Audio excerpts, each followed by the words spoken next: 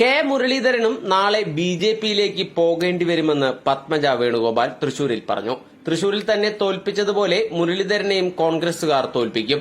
അങ്ങനെ സംഭവിച്ചാൽ അദ്ദേഹത്തിനും ബിജെപിയിലേക്ക് പോകുന്നത് ചിന്തിക്കേണ്ടി വരും. ഷമാ മുഹമ്മദിനെ പോലെ കോൺഗ്രസിൽ അവഗണന നേരിടുന്നവരെ ബിജെപിയിലേക്ക് സ്വാഗതം ചെയ്യുകയാണ്. തെരഞ്ഞെടുപ്പ് കഴിഞ്ഞാൽ കോൺഗ്രസിന്റെ കരുത്തരായ നേതാക്കൾ പോലും ബിജെപിയിലേക്ക് വരും. മുൻ ഡിസിസി പ്രസിഡന്റ് പണം തട്ടിയെന്ന് പത്മജ വേണുഗോപാൽ ആരോപിച്ചു. തന്റെ തെരഞ്ഞെടുപ്പ് പ്രചരണത്തിനായി പ്രിയങ്ക ഗാന്ധിയെ എത്തിക്കുന്നതിന് 22 ലക്ഷം രൂപ ആവശ്യപ്പെട്ടു. 22 ലക്ഷം നൽകിയിട്ടും തന്നെ പ്രചരണ വാഹനത്തിൽ കയറ്റിയില്ലെന്ന് പത്മജ പറഞ്ഞു. അതെനിക്കറിയില്ല. ആള് പറഞ്ഞ മാതിരി ആളുടെ മനസ്സ് മാത്രം കൂടെ ഇത്ര കാലം ജീവിച്ചിട്ട് എനിക്ക് മനസ്സിലായി. ആള് 3 പാർട്ടി പോയ ആളാണ്. സ്വാഭാവികമായിട്ടും കോൺഗ്രസിൽ നിന്ന് ഒരു തിരിച്ചടി ഉണ്ടായാൽ മാറി ചിന്തിക്കേണ്ടി വരും. ആൾക്ക് അതിനൊന്നും ബുദ്ധിമുട്ടും മടിയൊന്നുമില്ല. തൃശ്ശൂരിൽ സുരേഷ് ഗോപിക്ക് വേണ്ടി പ്രചരണത്തിന് ഇറങ്ങും. പാർട്ടി പറഞ്ഞിറങ്ങും. പാർട്ടി പറഞ്ഞാൽ തീർച്ചയായിട്ടും അല്ല, ഞാൻ എന്റെ വീടല്ല, ശരിക്കും അച്ഛൻ എനിക്ക് തന്ന വീടാണത്. അപ്പൊ എന്റെ നല്ല മനസ്സുകൊണ്ട് ഞാൻ ഇലക്ഷന് മുമ്പ് മണ്ഡല മുസ്ലിംമാരെ മാറ്റുന്ന കേട്ടില്ല. ആ മണ്ഡല മുസ്ലിംമാർ മുഴുവൻ എനിക്കെത്തി.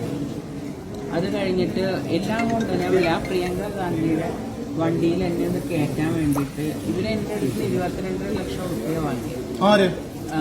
DC president Vincent.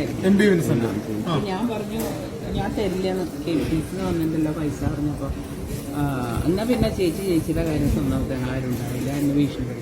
ഇലക്ഷൻ സമയത്ത് നമ്മൾ എന്തും പേടിക്കണല്ല. അങ്ങനെ ഞാൻ കൊടുത്തു. പക്ഷെ അത് കഴിഞ്ഞിട്ട് ഏത് കൂടിയാ വരണേന്ന് പോലും എന്റെ അടുത്ത് പറഞ്ഞില്ല. അറിയാം, അല്ലെങ്കിൽ ഞാൻ അവിടെ റോഡിൽ ഇറങ്ങി നിന്നല്ല എന്റെ സ്വഭാവം. പക്ഷെ എന്നിട്ട് പിറ്റേ ദിവസം മനോരമ തന്നെ എഴുതിയല്ല, പത്മജ പ്രതാപൻ എന്ന് ഞാനല്ല എഴുതിയത്. ആ ഒരു ചേച്ചിയുടെ 22 ലക്ഷം രൂപ മേടിച്ചിട്ട് ചേച്ചിയെ വണ്ടിയിൽ പോലും കയറ്റിയില്ല.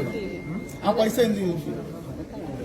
ചേച്ചി ഈ വിഷമങ്ങളൊക്കെ ആക്ഷേപമുണ്ടോ? ആ പൈസ അവര് വേറെന്തെങ്കിലും വക മാറ്റിയെന്നൊരു? തീർച്ചയായിട്ടും അതും.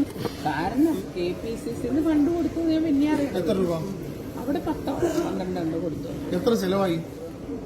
അവരെ നല്ലോണം എഴുതി വെച്ചിട്ടുണ്ടാവും. ചേച്ചിയുടെ വിഷമം